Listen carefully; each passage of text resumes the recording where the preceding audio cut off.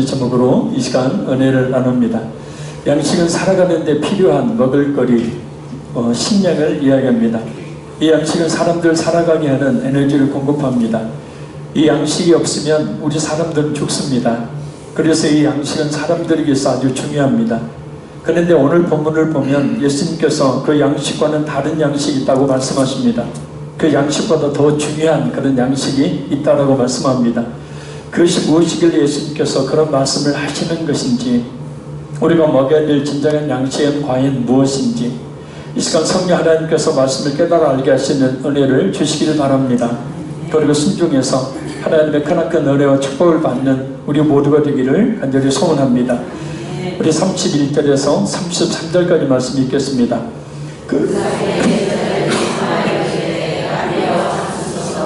이르시되 내게는 너희가 알지 못하는 먹을 양식이 있느니라. 제자들이 서로 말하되 누가 잡수실 것을 갖다 드렸는가 하니. 아멘. 그 사이에 라는 말씀은 사마리아 여인이 떠나고 여인의 말을 듣고 사람들이 예수님께로 오기까지 시간을 말합니다.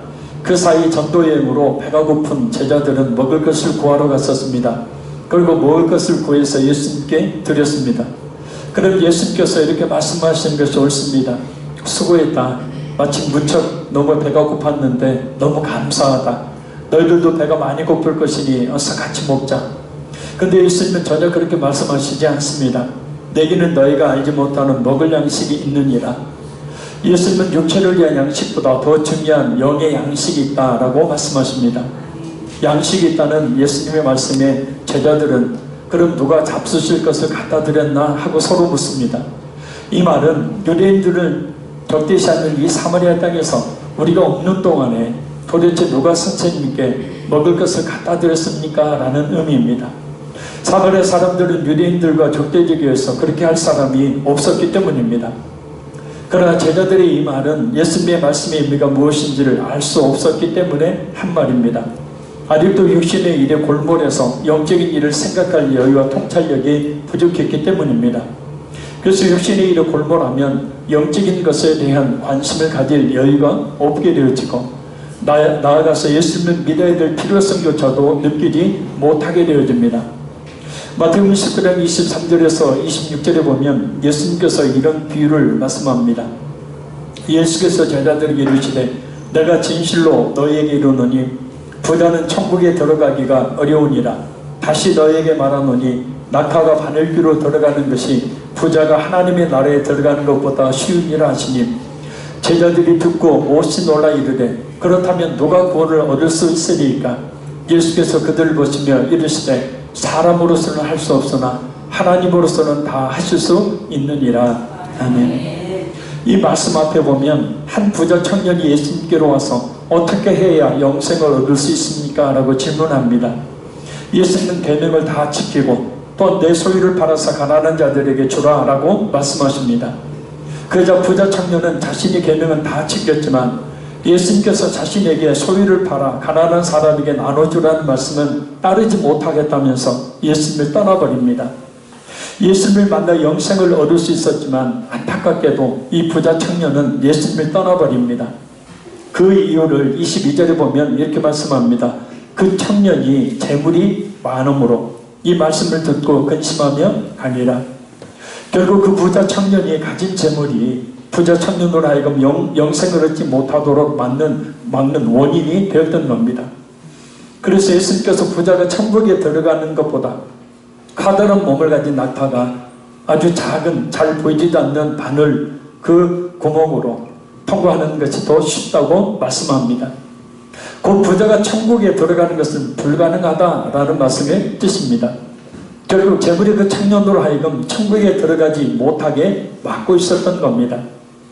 재물 자체가 나쁜 것은 아닙니다. 그러나 사람이란 재물에 온 마음을 쏟게 되어지면 그 마음에 예수님이 들어갈 틈이 없게 되어지기 때문입니다. 지금도 대부분의 많은 사람들이 그렇게 살아가고 있습니다. 이 물질이 예수님을 믿는 길을 가로막고 있죠. 성공 지상주의가 예수 그리스도를 믿는 그 길을 가로막고 있습니다. 여러 구원이 없는 종교들이 예수 그리스도를 믿는 길을 가로막고 있습니다. 여러 가지 사상들과 인간 자신의 생각들이 예수 그리스도를 믿는 길을 가로막고 있습니다. 온갖 죄악들이 예수 그리스도를 믿는 길을 가로막고 있습니다. 물길을 가로막고 있는 높은 돌들이 물고기에 가는 길을 가로막고 있듯이 많은 사람들이 그것들에 막혀서 예수 그리스도 앞으로 나오지를 못하고 있는 겁니다. 그래서 신앙생활이란 그렇게 호락호락 쉬운 것이 아닙니다. 그와 같은 물질, 성공지상주의, 여러 헛된 종교들, 여러 가지 사상들과 자신의 생각들, 그리고 온갖 죄악들과 싸워야 비로소 예수님을 받아들일 수 있기 때문입니다. 그래서 그런 안타까움을 어떤 성도가 이렇게 노래했습니다. 웬일인가 내 형제여 주 안이 믿다가 죄값으로 지옥 형벌 너도 받겠구나. 웬일인가 내 형제여 마귀만 따르다 저 마귀 지옥 갈 때 너도 가겠구나. 웬일인가 내 형제여 재물만 취하다 세상 물질 불탈 때 너도 타겠구나. 웬일인가 내 형제여 죄악에 매여서 한없이 고생하는 것 참 못 보겠구나. 사랑하는 내 동포여 주께로 나오라. 십자가에 못 박힌 주 너를 사랑하네. 예수님은 조금 전 마태복음 19장 26절을 통해서 이렇게 말씀합니다. 예수께서 그들을 보시며 이르시되 사람으로서는 할 수 없으나 하나님으로서는 다 하실 수 있느니라. 사람의 힘으로는 천국에 들어갈 수 없고 하나님의 능력으로만 천국에 들어갈 수 있다는 뜻입니다. 그래서 구원은 자의나 또 자신의 노력이나 공로로 되는 것이 아니라 오직 하나님의 능력이 임해야 가능하다. 그래서 하나님이신 예수님께서 사람이 자신의 힘으로 들어갈 수 없는 천국에 들어가도록 하기 위해서 그 길을 열어주시고자 이 땅에 오신 겁니다. 그럼 구체적으로 예수님께서 말씀하신 다른 양식은 어떤 양식일까요? 우리 34절 같이 읽겠습니다. 시작.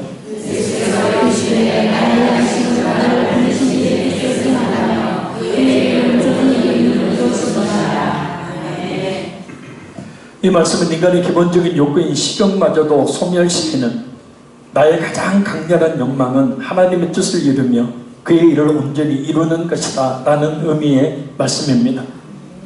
예수님의 사역의 의미가 무엇이고 예수님의 삶의 본질이 무엇인지를 분명히 밝히시는 말씀입니다. 인간을 구원하시려는 하나님의 뜻이 바로 예수님의 생애의 최고의 목표이며 그의 양식이라는 말씀입니다. 하루 세 끼 양식을 먹어야 하듯이 계속해서 멈추지 않고 복음을 증가하는 일이 곧 예수님의 양식이라는 뜻입니다. 그래서 당장 배고픈 것이 중요한 것이 아니라 죽어가는 그 영혼을 구원하는 일이 바로 밥 먹는 것보다도 더 중요하다는 예수님의 말씀입니다. 그럼 하나님의 뜻은 무엇인가? 요한복음 6장 38절에서 40절에 예수님이 이렇게 말씀합니다. 내가 하늘에서 내려온 것은 내 뜻을 행하려 함이 아니요 나를 보내신 이의 뜻을 행하려 함이니라. 나를 보내신 이의 뜻은 내게 주신 자 중에 하나도 잃어버리지 아니하고 마지막 날에 다시 살리는 이것이니라. 내 아버지의 뜻은 아들을 보고 믿는 자마다 영생을 얻는 이것이니 마지막 날에 내가 이를 다시 살리리라 하시니라. 아멘. 하나님 아버지의 뜻은 인간을 구원하시려는 것이고 그래서 아들이신 예수님을 보내셨으며 그를 믿는 자마다 영생을 얻게 하시는 것이라는 말씀입니다. 그리고 그 하나님 아버지의 뜻을 이루기 위해서 예수님께서 이 땅에 오셨고 예수님은 자신을 믿는 자들 하나도 잃지 않고 구원하시는 하나님의 뜻을 온전히 이루시기 위해서 이 땅에 오셨다는 말씀입니다. 여기서 이룬다라는 말씀은 이루다 곧 예수님께서 십자가에 죽으실 때 말씀하신 다 이루었다라는 단어와 같은 의미의 단어입니다. 곧 예수님의 생일은 온전히 하나님의 뜻을 이루는 것이 목표였고 그 목표를 이루기 위해서 불꽃같이 사셨다는 거죠. 이런 예수 그리스도를 본받기를 원하는 우리 모든 성도들이 가져야 될 삶의 궁극적인 목표여야 합니다. 하나님의 간절한 뜻은 우리가 예수님을 믿어서 영원한 생명을 얻는 것이죠.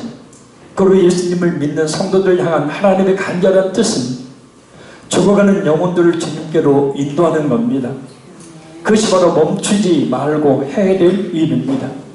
하루 세 끼 양식을 먹지 않으면 죽듯이 그런 양식을 우리가 전부함으로 먹어야 한다는 거예요. 양식을 먹지 않으면 배가 고파 죽을 것 같은 그런 주림이 있듯이 우리 역시 그런 영혼 구원에 대한 줄임배를 움켜쥐고 전도해야 한다는 겁니다. 전도가 바로 우리가 먹어야 될 양식. 그래서 예수님께서 이렇게 말씀합니다. 우리 35절 같이 읽겠습니다.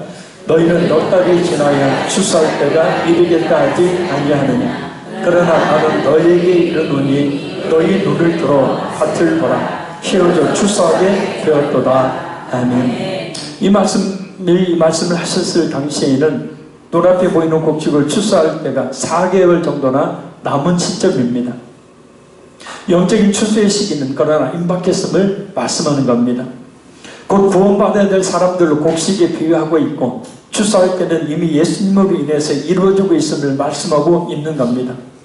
그러니까 예수님께서 이 땅에 오셨기 때문에 그 예수님으로 말미암아서 예수님의 복음을 증감으로 말미암아서 이제는 희어져가는 다 익은 곡식들을 금방 거둬야 되는 것처럼 예수님의 복음을 증거해서 그 영혼들을 구원해야 된다는 뜻입니다.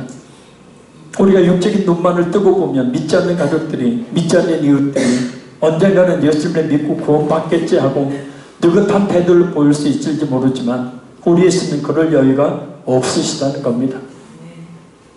제가 종신신학대학원에 다닐 때 같이 공부했던, 지금 서울에서 사역하고 있는 여전도사님이 한 분이 있었습니다. 모든 일이 열심히 했던 참 모범이 될 만한 분이었습니다. 나이가 저하고 같고 같이 같은 반에서 공부를 했기에 친하게 지냈습니다. 이름이 이복순입니다. 제가 복순아 했었습니다. 항상 밝게 웃는 모습을 보이던 사람이 근데 며칠 보이지 않더니 돌아와서는 공부도 하지 않고 제대로 먹지도 않고 계속해서 침울하게, 그리고 늘 책불실에서 울고만 있는 겁니다. 뭐라고 물어보기도 그렇고 다른 전사님에게 물어봤더니 얼마 전에 어머니가 돌아가셨다는 겁니다. 그런데 문제는 그 어머니가 예수님을 믿지 않고 돌아가셨다는 겁니다. 그래서 그 사랑하는 어머니가 지옥의 고통을 당하고 있는 것을 생각하니 너무 고통스럽고 마음이 아파서 그렇게 지내고 있었던 겁니다. 영의 눈을 뜨지 못한 예수를 믿지 않는 사람들의 육적인 면에서만 보면 살아생전에 그 고생 다해 사셨으니 이제 모든 수고를 놓고 편히 쉴 것이라고 말하겠지만 영적인 면에서 보면 그것이 아니기에, 그것이 아님을 너무나 잘 알기에 그 영원한 멸망을 당하고 있을 엄마를 생각하니 너무나 고통스러웠던 겁니다. 그 엄마를 억지로라도 교회로 이끌어서 예수님을 믿도록 하지 못한 것이 너무나 미안하고 고통스러웠다는 겁니다. 신학교를 다니는 이유가 죽어가는 영혼을 살리려고 다니는 것인데 정작 자신의 어머니에게 전도하지 못한 것을 가슴을 치고 후회하며 거의 심을 전폐하다시피 하며 지내고 있었던 겁니다. 신학을 그만둘까봐 그런 말을 저에게 할 정도로 그 심한 고통 속에서 있었던 그 여전사님의 그 얼굴이 지금도 생생합니다. 우리의 생각과는 달리 우리의 예수님의 마음은 너무도 급하십니다. 왜냐하면 믿지 않는 사람들에게 주어지는 믿을 수 있는 기회가 항상 있는 것이 아니기 때문입니다. 곡식이 이미 희어져 있습니다. 다 익었습니다. 추수를 늦춰서는 안 됩니다. 아직도 구원에 이르지 못한 사람들을 더 이상 그대로 놔둬서는 안 된다는 뜻입니다. 복음이라는 강력한 무기가 있는데, 복음이라는 그 잘 드는 낫이 있는데 우리가 복음을 증거하지 않음으로 인해서 그 열매를 거두지 못한다면 어떻게 되겠습니까?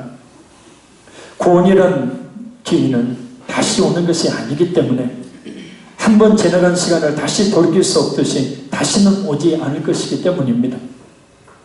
우리의 믿지 않는 가족들을 향한, 믿지 않는 이웃들을 향한 우리의 마음은 지금 어떠합니까?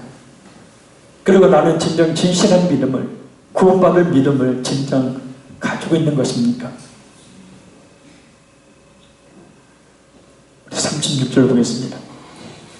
거두는 자가 이미 삭도 받고 영생에 이르는 열매를 모으나니 이는 뿌리는 자와 거두는 자가 함께 즐거워하게 하려 함이라. 아멘. 거두는 자가 이미 삭도 받고 영생에 이르는 열매를 모으나니 라는 말씀은 아직 추수할 때가 되지 않았음에도 불구하고 이미 추수한 것처럼 말씀합니다. 그만큼 영적 추수가 급하다는 말씀이에요. 그리고 뿌린 자와 거두는 자가 함께 즐거워하게 하려 함이라 라는 말씀은 뿌리는 자는 예수님을, 거두는 자는 예수님의 제자를 뜻합니다. 그리고 한 영혼을 추수할 때 하늘에서 천국잔치가 베풀어지며 하나님께서 크게 기뻐하시며 추수하는 일꾼들에게도 기쁨을 주신다라는 뜻입니다. 자신이 전도에서 예수님을 믿는 성도를 보면 그렇게 기쁠 수가 없습니다. 그럼 우리 하나님 아버지께서는 얼마나 더 기뻐하실까? 그래서 누가복음 15장 3절 7절에 잃은 양을 찾은 목자의 비유를 통해 이렇게 말씀합니다.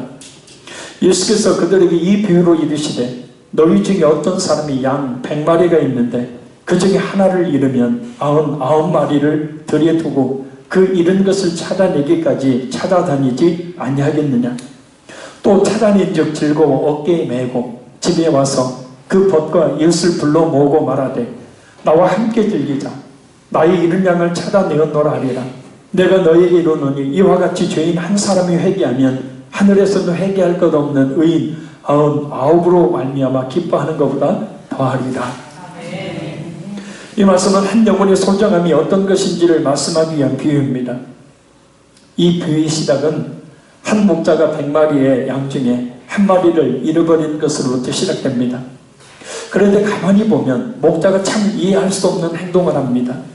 한 마리의 잃은 양을 찾기 위해서 나머지 99마리를 들에 두고 잃은 양 한 마리를 찾으러 가는 겁니다. 들에 우리가 있어서 드는 것도 아니고 누가 보호할 사람이 있는 것도 아닙니다. 근데 목자는 한 마리의 양을 찾기 위해서 나머지 양들을 돌보지 않고 그냥 방치해두고 있는 것 같습니다. 물론 배경은 그렇지 않죠. 참 이해할 수 없는 일입니다. 99마리가 크니까 그냥 한 마리는 포기하고 99마리를 지키는 것이 훨씬 이치에 맞는 행동입니다. 싹구는 그렇죠. 싹구는 25%의 양을 잃어버려도 주인의 책망을 받지 않는, 월급 받는 일꾼이 싹꾼이죠. 근데 이 사람은 싹꾼이 아니라 목자입니다. 오늘 본문에서 예수님께서 말씀하고자 하는 것은 합리적인 손익 계산이 아닙니다. 한 마리보다는 99마리가 더 크다는 것을 모르셔서 그런 것도 아닙니다. 바로 목자의 잃은 양에 대한 강한 애착을 강조하시기 위함입니다. 다시 말하면 지금 예수님께서 말씀하시는 것은 어느 한 영혼이라도 결코 소홀히 여겨서는 안 된다는 뜻입니다. 한 영혼의 소중함이 얼마나 큰 것인지를 말씀하고 계시는 겁니다. 어떤 사람들은 이런 얘기합니다. 가까운 곳에 있는 사람들 전도하지 뭐하려고 그렇게 많은 돈 들여가면서 해외 선교를 하느냐고 말입니다. 한국에도 안 믿는 사람 많은데, 그러나 한 영혼을 소중히 여기시는 하나님의 편에서 보면 틀린 말입니다. 그래서 마치 우리가 지구 반대편에 있는 병이 들어 죽어가고 있는 가족이 있다면 그 가족을 만나기 위해서 많은 비용을 지불하고서라도 찾아가는 것과 같습니다.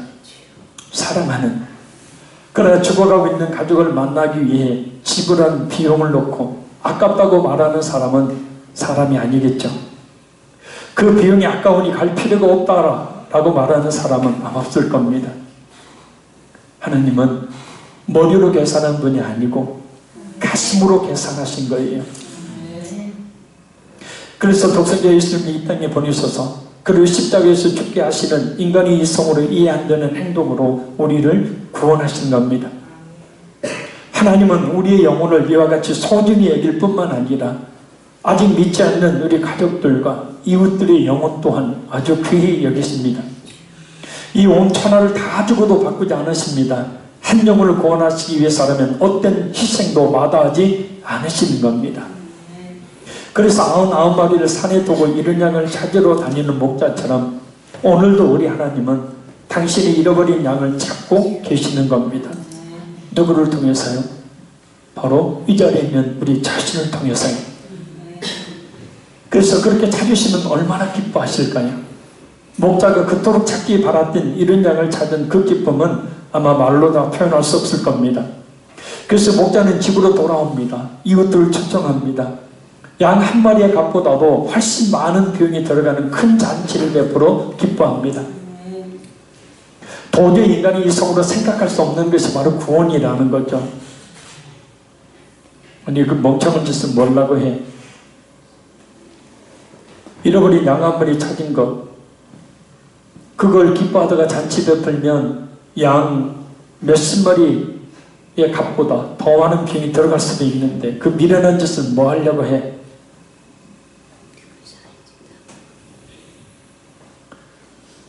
목자의 마음은 한 영혼에 있는 거죠. 마음이 있는 거죠. 그래서 마음은 그 돈으로 바꿀 수 있는 것이 아닙니다. 하물며 죄인 하나가 회개하고 돌아오면 하나님께서 얼마나 기뻐하시겠느냐. 천하보다 귀한 한 영혼이 주님께로 돌아오면 얼마나 하나님을 기쁘게 하시겠느냐라는 겁니다. 전도하는 것은 하나님의 명령이고 우리에게 준 사명입니다. 그의 성도의 수를 불리게 하는 것, 저는 목자의 양심으로 결코 그건 아닙니다. 성도 수를 불리는 것, 수만 많이 모아놓으면 뭐합니까? 복음을 증거하지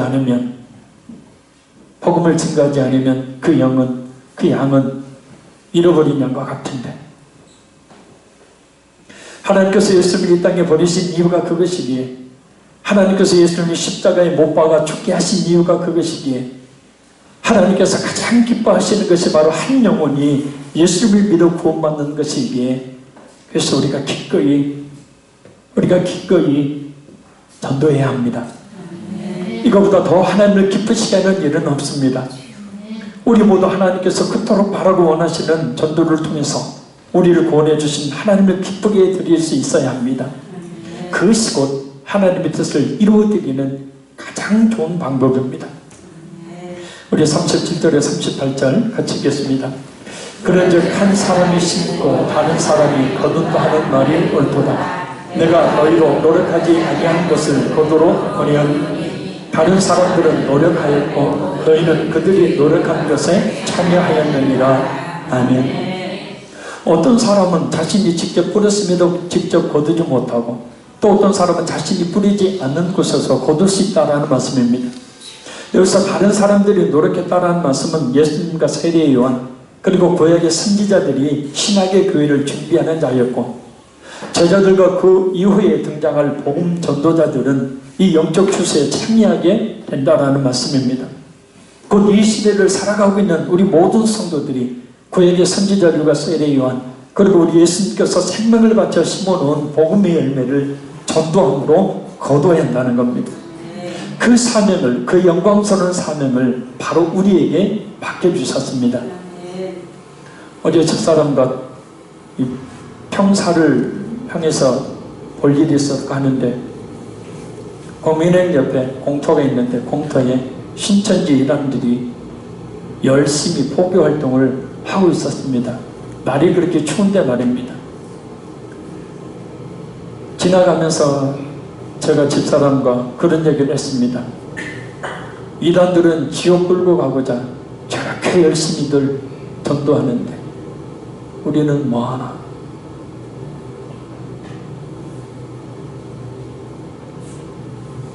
이 시간 이 말씀을 통해서 우리의 심령 속에 다시 한번 한 영혼이 구원받아야 된다는 갈급함.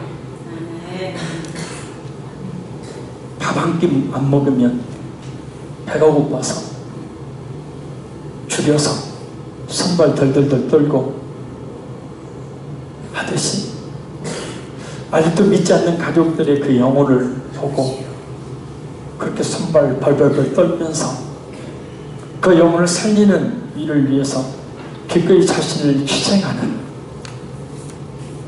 그런 사역을 우리가 멈추지 말아야 합니다. 전도에서 열매를 거두는 것은 전도자에게 달려있는 것이 아니라 오직 하나님께 달려있습니다. 우리는 그저 하루 세끼 양식을 먹지 않으면 배가 고파서 주름배를 움켜져야 하듯이 그런 주린 심정을 가지고 아직도 예수님을 믿지 않는 영혼들에게 복음을 증거해야 합니다. 그래서 예수를 믿는다 하면서 자기 가족을 돌보지 않는 자는 악한 자다라고 말씀을 하죠. 그래서 우리가 예수를 믿지 않는 가족들과 그 좋아라고 날마다 커피 마시면서 교제를 나누고 있는 사랑한다는 친구들과 이웃들에게 복음을 증거하지 않는 것은 직무유기에 해당됩니다. 결론적으로 말씀드립니다. 오늘 설교를 듣고 부담감이 있으십니까? 예, 맞습니다. 부담을 가져야 합니다. 아주 큰 무거운 짐을 짊어져야 합니다. 그런 부담감이 없이 어떻게 주린 심정으로 전도할 수 있겠습니까? 생각해 보십시오. 에베소서 2장 1절 3절 말씀처럼 악한 마귀를 따는 줄도 모르고 따라다니며 오직 헛된 것만을 추구하며 살아가는 믿지 않는 가족들과 이웃들이, 오늘도 우리는 알지만 그들은 모르는 그런 지옥을 향해 터벅터벅 그 발걸음을 옮기고 있으니 말입니다. 미룰 일이 아닙니다. 그것을 안다면 정말 가만히 있지 못할 것입니다. 그래서 어떤 성도가 이 노래를 지어서 이렇게 기도하며 이렇게 소리쳤습니다.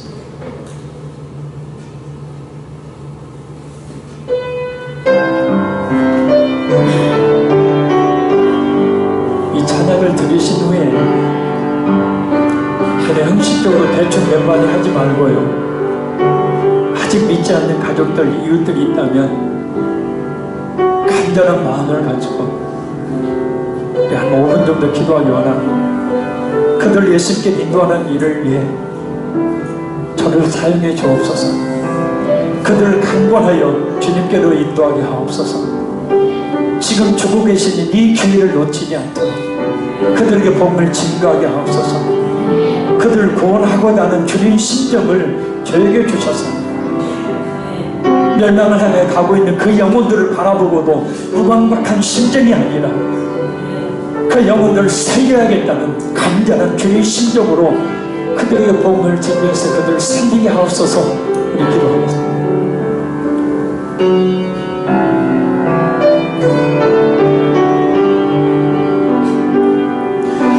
저주하는 내 형제에게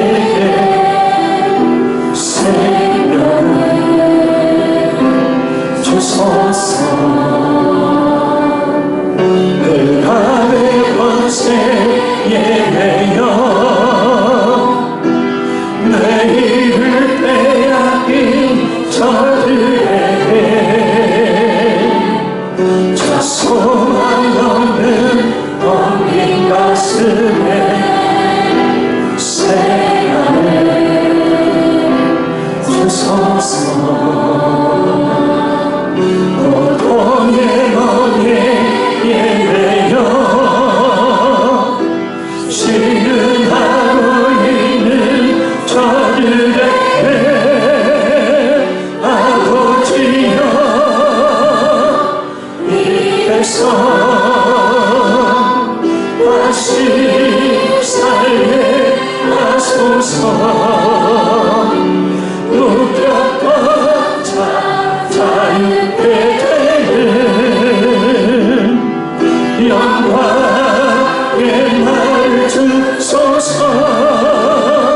아버지여 이 나라 주의 것 되게 하소서. 영원하신 하늘 아버지 다시 섬기게 하소서. 내 마른 뼈들에 생기를 불러주소서. 아버지의 은혜 주의 군대로 서게 하소서. 성령의 바람 이제 불어와 아버지여 이 백성 다시 살게 하소서. 묶였던 자유케 되는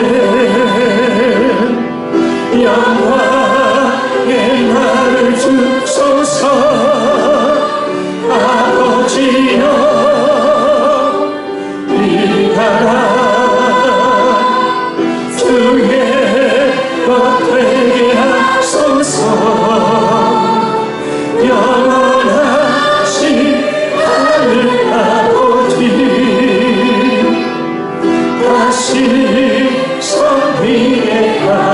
주옵소서. 우리 주여서 통성을 한겨도 기도합니다. 주여, 주여, 주여. 살리신 아버지 하나님, 이 시간